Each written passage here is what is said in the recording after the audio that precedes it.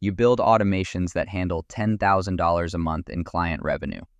You've got make scenarios processing Stripe webhooks, N8N workflows routing support tickets, Zapier Zaps syncing CRMs, production systems, real money, real data, enterprise-grade work. And then a mid-market prospect sends you a vendor security questionnaire. 261 questions. CAIQ 4.03. They want to know your encryption policy, your subprocessor list, your incident response plan, your data retention schedule, your AI training opt-out status. And you're sitting there in your home office thinking, I don't have a security page. I don't have a DPA. I don't have a subprocessor list. I have a Notion workspace with 1,400 workflows and zero public-facing evidence that I take any of this seriously. That was me. November. A $40,000 annual contract, recurring, not project, sitting on the other side of a procurement review I couldn't pass. Not because my security was bad, my security was fine. MFA everywhere, secrets in a vault, least privilege access, encrypted backups. The controls existed, but the artifacts didn't. I had nothing to hand a reviewer, no page to link, no document to sign, just me on a call saying, trust me, I do all that stuff. They went with a 4-person agency. The agency had a trust center page. I checked it after. It was thinner than what I actually do, but it existed, and mine didn't.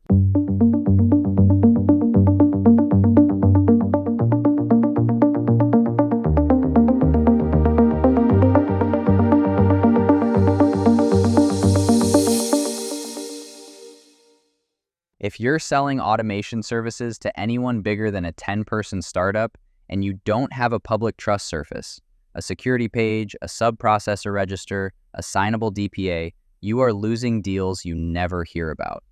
Not deals that go to a competitor after a shootout. Deals that die in procurement before your champion can even make the case. The buyer's security team Googles your company, finds nothing, and flags you as unvetted. That's the end. No call, no rejection email, just silence. Today, I'm building the entire trust surface that prevents that. A 1-page Notion Trust Center, a living subprocessor list, a plain language data processing addendum, a canonical data flow diagram, and a make scenario that automates DPA signature and storage. 1 weekend, 0 legal fees if you already have counsel on retainer. And every artifact is reusable across every prospect from here on out. So let me back up and explain what you're actually facing when a buyer sends you one of these questionnaires. Because the volume of what they ask is part of the problem, and it's also the key to solving it efficiently. The 3 questionnaire frameworks you'll see most often are the CAIQ, that's the Consensus Assessments Initiative Questionnaire from the Cloud Security Alliance, the SIG from Shared Assessments, and anything mapped to the SOC 2 Trust Services criteria. The CAIQ version 4.03 has 261 questions. The SIG comes in 2 sizes, SIG Lite at 128 questions, SIG Core at 627. And then Google maintains an open source set called VSAQ with 4 modules: Web Application Security, Security and Privacy Program, Infrastructure, and Physical/Data Center. Sounds like a nightmare, right? 261 questions minimum. But here's what I realized after I actually sat down and mapped the overlap. They're all asking the same 8 to 10 things: access control, encryption, incident response, data location, subprocessors, privacy and DPA status, business continuity, and now, increasingly, AI and LLM data handling. The frameworks organize these differently, they use different numbering, but the substance converges. Which means if you build one page that covers those 8 areas clearly, you've pre-answered the majority of what any of these questionnaires will ask. That's the Notion Trust Center. 1 page, 1 scroll. Here's how I structured mine. Top of the page, company name, version number, last updated date, and a security contact email. This matters more than you think. Reviewers scan for freshness. A page that says, last updated January 2024, is worse than no page at all because it signals you set it up and forgot about it. Below that, a security overview section.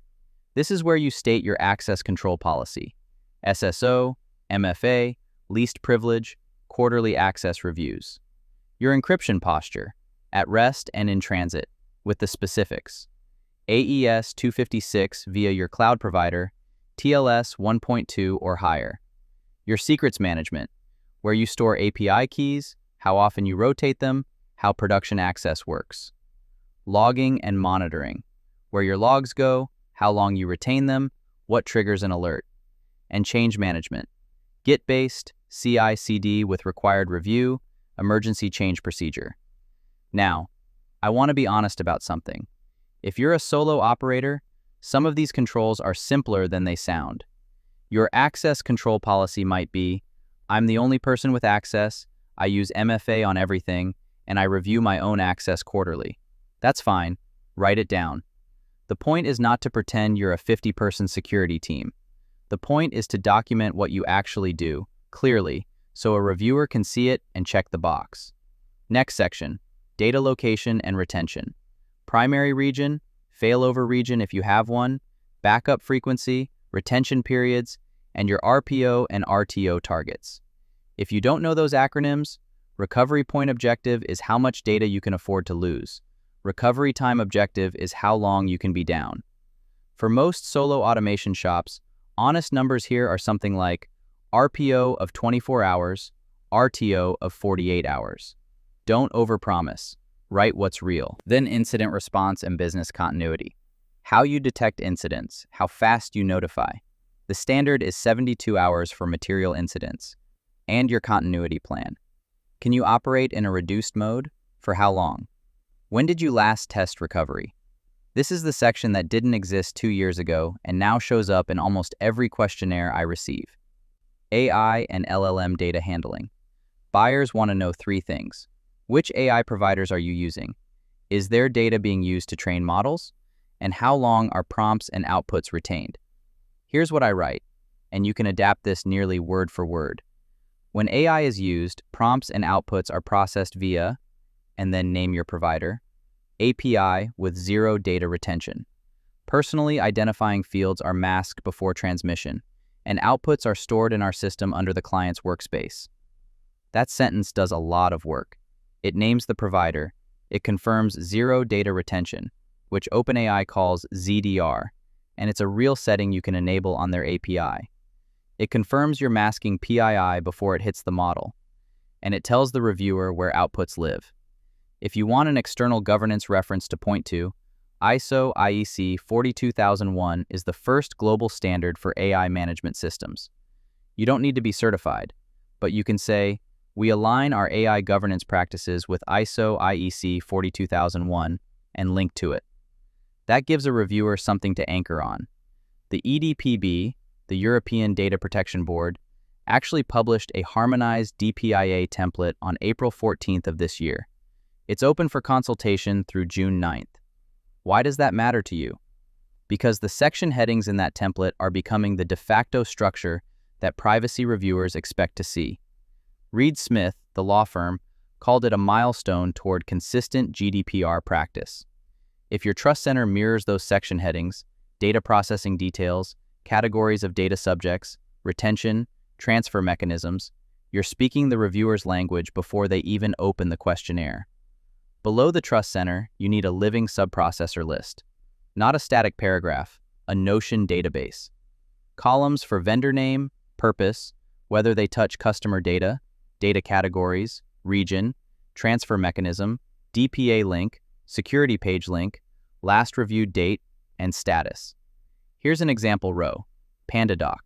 Purpose, e-signature. Customer data, yes. Data categories, contact, content, metadata. Region, US and EU. Transfer mechanism, standard contractual clauses, 2021/914. Status, active. And here's the copy-safe answer you can paste into any questionnaire that asks about subprocessors. We maintain a live subprocessor register listing each vendor, purpose, data categories, region, and change history.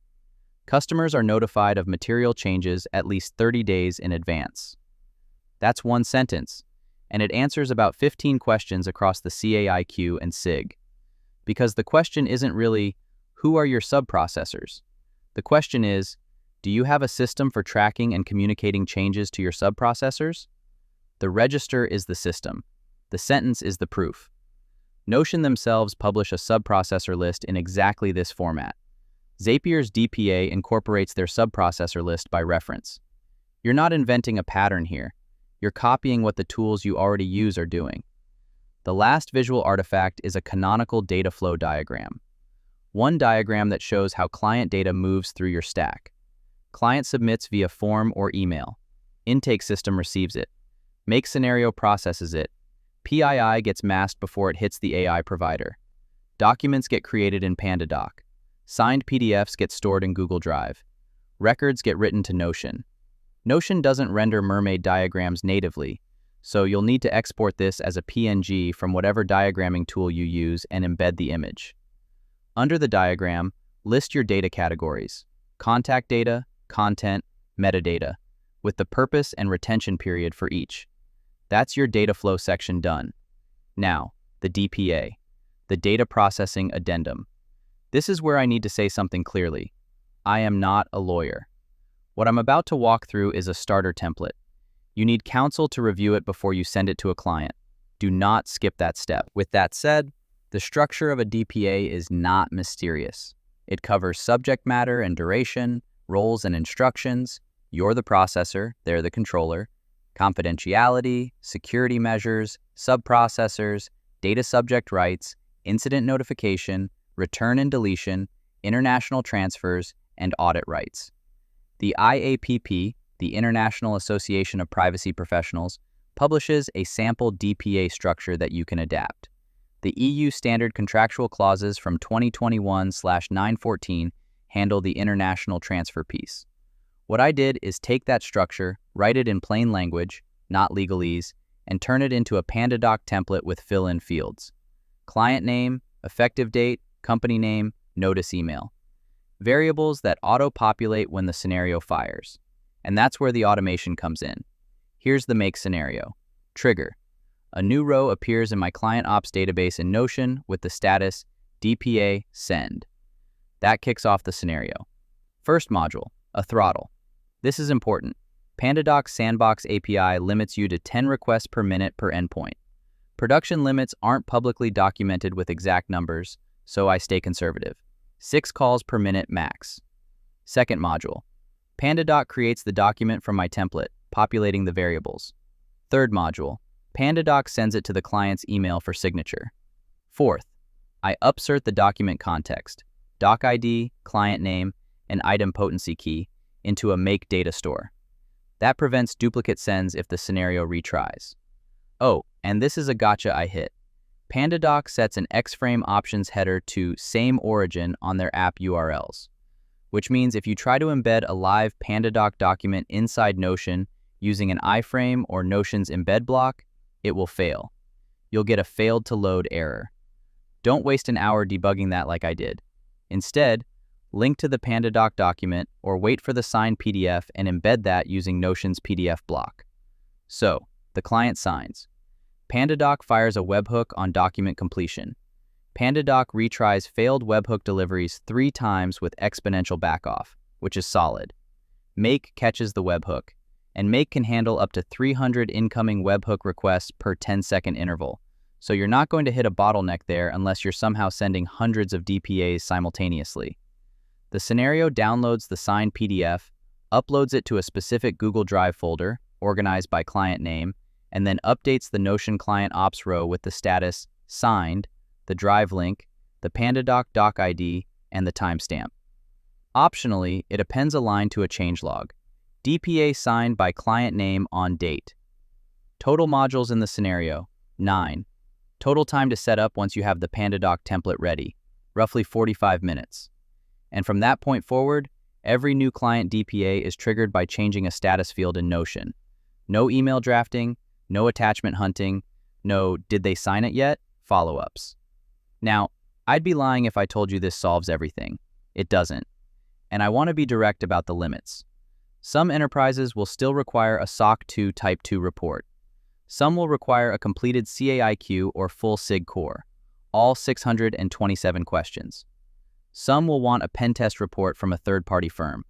A Notion page does not replace those things. If a Fortune 500 company's procurement team needs SOC 2 Type 2, you either get the audit done or you walk away from that deal. And there's a real risk with publishing a trust center that overpromises. If you claim you do quarterly access reviews and you don't actually do them, that page becomes a liability, not an asset. The changelog exists for a reason. It forces you to version your claims.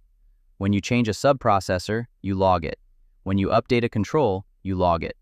The page stays honest because the changelog makes drift visible. But here's what the Trust Center does do. It eliminates the first round of email ping pong.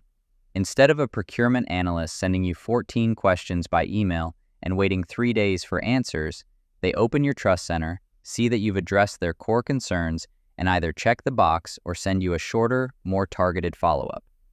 For deals under $100,000, which is most of what solo operators are closing, that's often enough. The Trust Center is your first response evidence shelf. It's not the whole case. It's the thing that gets you past the initial screen so you can make the case. And for the AI questions specifically, name your providers, state your training and retention settings, link to their data policies. Concrete answers beat boilerplate every time. A reviewer who sees we use OpenAI API with zero data retention enabled, prompts are retained in our systems for 7 days for support, provider-side retention is 0 days, that reviewer moves on. A reviewer who sees we take data security seriously, that reviewer sends you 12 follow-up questions. That $40,000 deal I lost in November, the one where the 4-person agency won because they had a trust center and I didn't, I went back and looked at their page again last month. Security overview, subprocessor list, a DPA link, a data flow diagram. 4 sections, 1 Notion page. That's what beat me. Not a SOC 2 audit, not a 100-page compliance binder. A single page that said, we thought about this and here's the evidence. What I built after that, the Trust Center, the register, the DPA flow, took me a weekend. And it's been reused on every prospect since. 7 deals. 7 times I've sent a link instead of answering 14 questions by email. 2 of those deals closed in under a week because procurement had nothing left to ask. So here's what I want you to do this week. Not all of it, just the Trust Center page. Open Notion, create the page, fill in the sections with what you actually do today. Don't aspirate. Don't write what you plan to do next quarter. Write what's true right now. Publish it. Link it in your proposal template. That one page changes how procurement sees you, from unvetted solo operator to vendor with a documented security posture. Everything else, the subprocessor database, the DPA automation, the data flow diagram, you can layer in over the next 2 weekends. The Notion template, the DPA starter, and the make scenario are all on the resources page. Copy them, customize them, and get counsel to review the DPA before you send it. Not legal advice, a starting point. I'm Jordan. This is Headcount Zero. Go ship your trust surface.